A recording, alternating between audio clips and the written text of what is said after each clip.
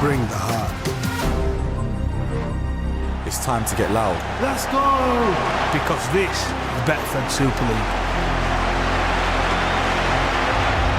Bring it on.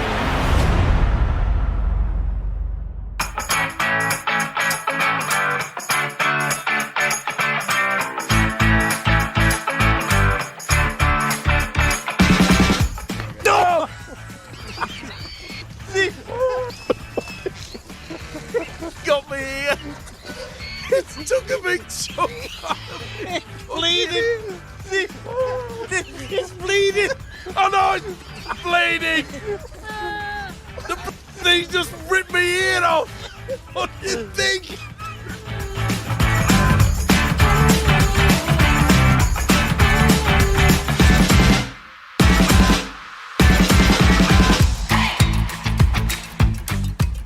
The word legend is often overused in sport, but I think it's fair to say I'm in the company of three rugby league legends right now. I'm in St Helens alongside James Roby, Keiron Cunningham and Alex Walmsley. We're here for one of Alex's testimonial year events, an evening with Keiron and James, and it's sold out pretty quickly, I understand, as Saints fans are going to get a unique chance to ask questions of the big three. I'm going to do my best to keep things in order if I possibly can. So this is a very special edition of the Betfred-sponsored Eddie and Stevo, the podcast, so let's get down to business right away. Alex, let's talk to you first of all. This is your testimonial year, going well? Yeah, really well, thank you. Obviously, it's been a good year so far. I'm grateful we've had a few successful seasons these last few years, and the fans have been amazing. They've come out and backed me, as I knew they would, and they always have done when it comes to these kind of events and testimonial years. And yeah, very lucky to be at a club like St Helens where we've got so many great fans who have come out and backed me. So yeah, really well and really grateful for it so far. I never knew you were the master of the understatement. You've had a few relatively successful seasons. It has been a brilliant period for St Helens, hasn't it? Yeah, it has. And listen, I think it's come off a lot of hard work and a team what's grown over the last, probably not just the last 3 or 4 years, but prior to that, was quite a young transition side a few years ago, and to knock 3 in a row and win a Challenge Cup as well in the middle of that, we're very lucky to have the team we have, the organisation and we have here. It's going well, and hopefully we can continue that form. I'm sure you will. Look, I've been doing a little bit of homework about you. You started here in 2013. You'll be here for at least another 2 years as well, because you've just signed a deal to the end of that particular period. When you moved from Batley, I think you were 22. Did you ever think at that stage when you came here it would go as well as it has?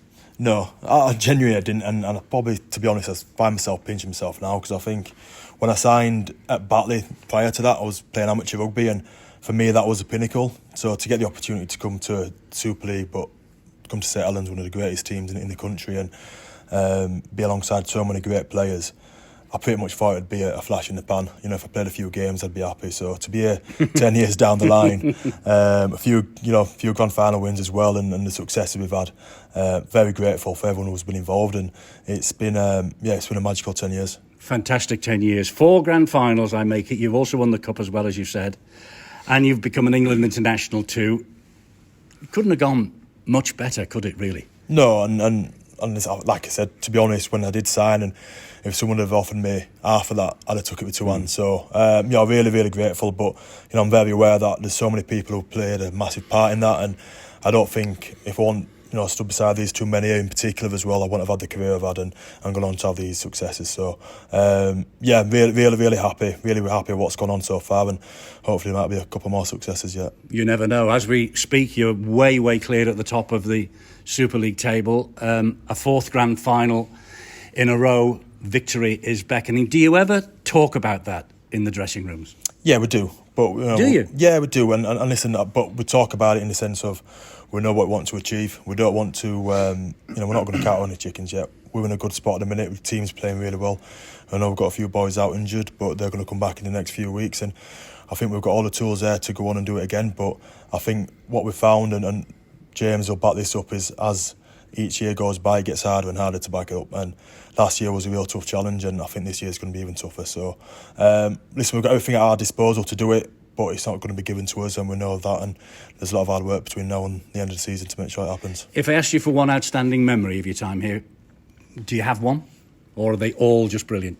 Yeah, for me, and it's a strange one, I always look back to 2013, and when I first got into the team, it was probably due to injuries in the position in prop, and we had a few senior boys out at the time, and I found myself playing quite early on, and when the boys started coming back and started getting picked again, when Brownie picked me for the Good Friday game against Wigan, when we had some real big internationals back. We had Josh Perry back and a few other boys, and for him to still pick me on the bench and playing that Good Friday game, it really felt the first time where I could make a good go at this and have a crack at it. And although we lost that game and it wasn't a great result, but just being on the pitch and in front of 24,000 for that first time and on a Good Friday and feeling that fight was a real memorable moment and something I'm always proud of. I'm sure. Look, we'll talk to you again before we finish this, I'm sure. But let's move on now to a man who won a place in the World 13 4 times, 6 times named in the Super League Dream Team,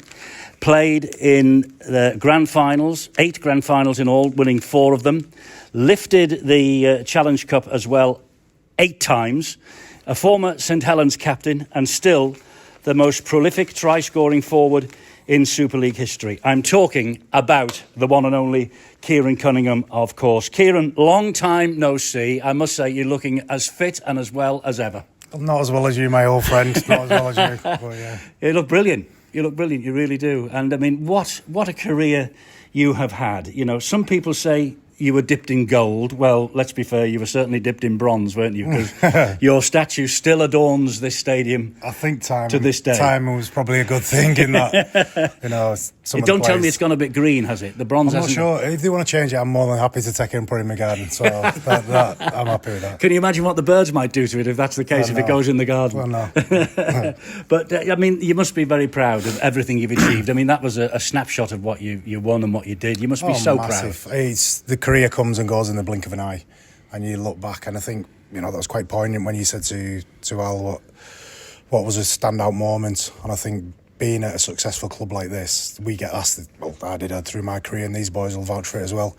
I think you pinch yourself at how lucky you actually are to be involved in that. As though it goes so quick, but when you don't really have a standout moment that's like this, it means you've done so much in your career and you've achieved so much, and for these boys, more to achieve. Indeed, so. Hopefully this boy, especially next year. Yeah, for James, Nick, this year and next year. We'll see. We're going to talk about that in a minute, I'm sure.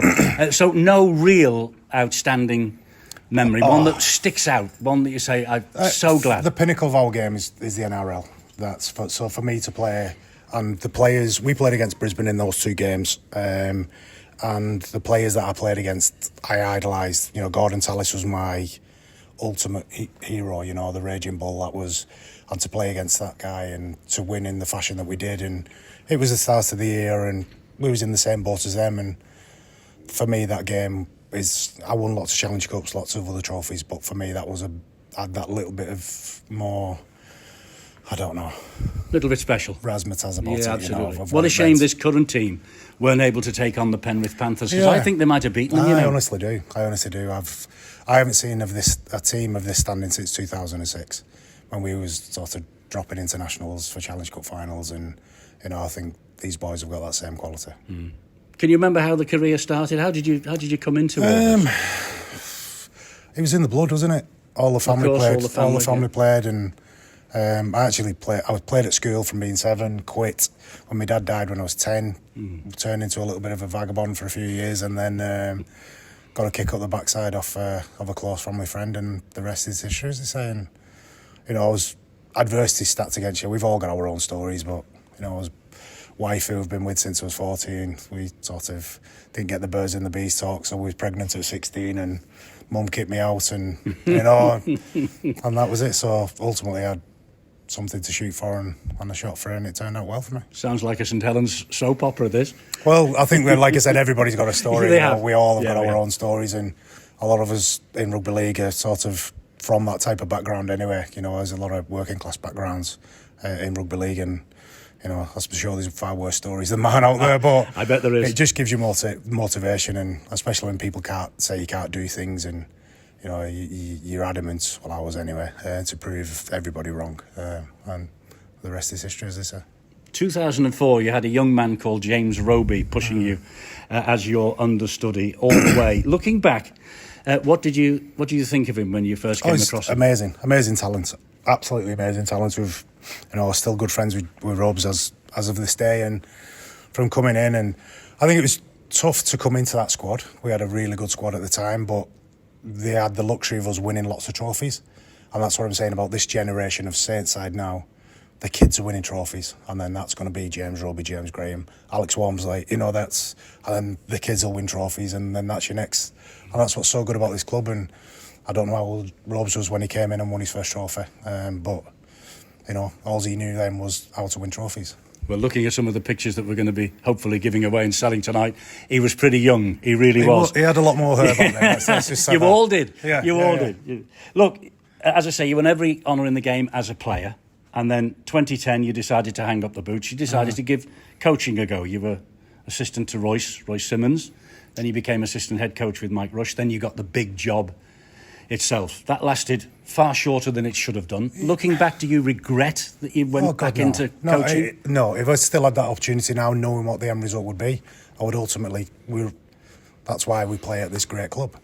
Because you believe you can do anything, and that's... Well, it just didn't work out for me. It was one of those things. Probably cared too much. Local lad in the team. Didn't probably get the fair crack of the whip financially that other coaches got. But, I'm not bitter about any of it. I enjoyed my time here, and ultimately, the closer you get to the top, the closer you are to the edge of the cliff, and that's the reality of coaching. And indeed, I'd always say it again, if I had my chance again, and I knew what was going to happen, I'd still do it because that's what you do. You'd still do it even 100%, though... 100%. It didn't quite end in tears, but I remember McManus saying about it, and every coach, let's face it, every coach signs on the dotted line believing that one day they're going to get the tin tack, aren't they? Yeah, I mean, I didn't want to get into coaching. I wasn't Royce's assistant. I was working... I got a job as of, I've been here forever and a day in Eamon and the club sort of promised me that we could continue the relationship, and I was helping Matty Daniels behind the scenes, doing stuff with the kids, and the Royce thing sort of just fell upon me when Royce was in a bit of strife, really. And then Royce asked me to cut a couple of videos, and he was happy, and next thing Royce gets sacked, and in you go. And Rushy, and I'd only done about 3 or 4 cuttings of videos, and then Eamon gets me in a room and asks me, will you and Rushy take over? And I was just like, well, I'm not going to say no, because I love the bloke. Eamon's sort of like a very good friend, and he always will be, and I'd do anything for the guy. So I would never say no and see him in that type of position. But it was never a plan. And then he enjoyed it. It went well, and Brownie came in. I really enjoyed the assistant's role, and he, being the leader as we all are, you always think you could do bigger and better and bigger and better. And I had no regrets, none whatsoever. That's fantastic to hear. And to be fair to you, you suffered badly with injuries in your final times here. The players really weren't performing. They were underperforming a bit. And I've got a quote from Eamon McManus here. He describes the moment that you left the club, parted the ways, as upsetting and disappointing for us all. You were here since a young lad. I was actually in that room, and I got a call on it was a Saturday night off Eamon, which we spoke all the time, but I knew it was, and he said, enjoy your weekend, and I was just like, right, okay. So I knew I was coming. I couldn't sleep for 2 nights just on the back of it, and we went in the room, and Emma was crying more. Like, Emma sat there in tears. I'm like, who's getting sacked? Is it me or you? Like, what? What's going on? And he's, because we had a bond, a relationship from him getting him first involved in the club, and we're close family friends. He knows my wife and children closely, as I do his, and we have got a really close bond to this day. I still have to this day, and we will have forever. And that's just how we are. That's why I took the role, was for that man. Okay, I mean, it was a fantastic era for you as a player, captain, coach. You still a fan? Love it to bits. Yeah, I get here when I can. I've sort of set up a business. We run our own business. We bring customers, and it's nice to be a fan. That's a nice thing. And you can shout and scream like I shout and scream at the telly these days. Well, I used to, as a coach or a player, you'd hear people saying things, you'd be like rolling your eyes, but now I'm that person saying things, so it's great. Correct. I can call referees, because nobody's entitled to an inch of my life now, so it's great. Unless they want to buy a light bulb. What are you doing now? You're in business, you're a successful businessman. I opened an electrical wholesaler in St Helens about 4 years ago. So yeah, going well? Going really, really well, yeah. Really. Can these lads do it in 2022? Can they win 4 in a row and set down a marker? Yeah, of course they can. Of course they can. Lady luck plays a massive part in anything to do with rugby league. You look at the quality in the squad and you look how everybody else is playing, and I think Saints are head and shoulders above, and everybody's sort of fighting for second place in my eyes. I am a little bit biased, but that's the way I look at the quality in the competition. Well, if they are going to get to a 4th grand final minute, there is one man who will play a pivotal role in that, and that is our next guest, James Roby, another legend of the game. I mean, listen, you look like you could play on and on and on and on. Are you going to get to Old Trafford this year and win it? Hopefully, yeah. That's obviously the aim. Like Alex said earlier, I think we have spoke about it. We do know what's at stake and what opportunity is in front of us. But obviously there's a bit of work to be done before then. So, yeah, that's obviously the aim, and we just want to keep knocking the wins off week by week until then, and hopefully when we get to the big games we can perform. Well, you're performing now. I mean, you're so far ahead at the top of the table, it's just untrue.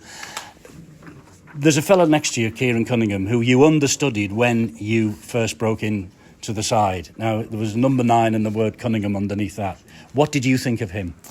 Oh, brilliant. Yeah, I always looked up to Kez, obviously, as a local lad going to Nosey Road. I used to go all the games with all the dads and the lads from my old amateur team at Blackbrook. And, the likes of Keiron and Sculthorpe and Wellings and Long and, these household names that I always looked up to. And then I kind of had a bit of a quick transition from playing in the academy age groups up onto the first team. And then obviously, when you're in a team with people like Keiron, it's unbelievable. And you're just kind of a young lad. I remember just keeping my mouth shut, just cracking on my work, trying to not upset anybody and just work as hard as I could and obviously try and get my chance. And luckily I got that pretty young. And like I said, there's no one better than Keiron to kind of look up to and try and emulate as a player. And, not just what he did on the field, but the way he carries himself off the field as well and his values. Absolutely. I mean, what a role model to learn things from. You mentioned all the players who were coming through when you were a youngster. 2022, it's still happening. What is it about this club that unearths golden talent? Because, look now, Wellesby, Dodd, Benison, not long ago Morgan Knowles, was the young kid on the block. Where do they come from and how do they develop here? Yeah, it's amazing really when you say all those names, and like you said, they are the people who could still be here, given this sort of interview in 15 years' time towards the back end of their careers.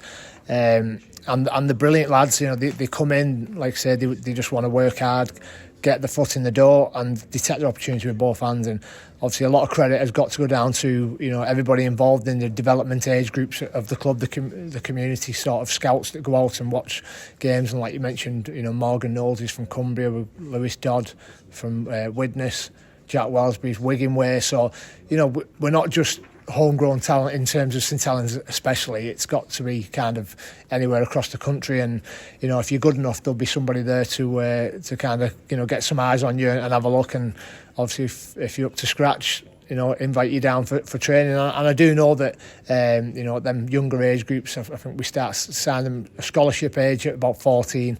That there is a lot of lads from all areas of the northwest of England really, potentially even a few other ones like Regan Grace from Wales and stuff. So there is a hell of a lot of work behind the scenes that probably goes on that the general public don't get to see. But in unearthing these talents and finding them and obviously getting them here and then building them up to standard. And who's the one that you're looking over your shoulder at now? Who's the next Keiron Cunningham, James Roby coming through? Is there one? Well, obviously in the first team at the minute, there's obviously Joey Lussaker's playing 9, and then there's a young lad, Taylor Pemberton, who he got his chance when a lot of the young lads played earlier on in the season at Castleford away, and they did really well, and they were unlucky there to come on on the end of a defeat. But yeah, Taylor Pemberton's doing really well and performing well for the reserve. So he's the next cab off the rank kind of thing. Fair enough. You obviously have lost none of your enthusiasm for this game. You're still St Helens' top tackler this year, 500 and more of them. You've got 10 grand final appearances to your name, and 11th is beckoning, as we've already said. And that will equal Jamie Peacock's record. Man of Steel, 2 Harry Sunderland awards, international caps galore. apart from paying the mortgage, what keeps you going? Yeah, just enjoying it, to be honest. I suppose the simple fact of just turning up every day with a group of lads, like-minded people, we work hard but we have a laugh at the same time, and I'm really enjoying it. And like I say, obviously, I've been very lucky throughout my career. I know that I'm an ageing player, I know it's coming to an end, but I'm still enjoying it, and I'm still having a laugh, and I just want to make the most of it while it lasts. Well, you say you're an ageing player, you don't look it on the field, and I'm not blowing smoke anywhere. You're fantastic still. You're the heartbeat of this team. Everyone is asking you this, and everyone wants the answer. So give us an exclusive on Eddie and Stevo, the podcast. Are you going to play on in 2023?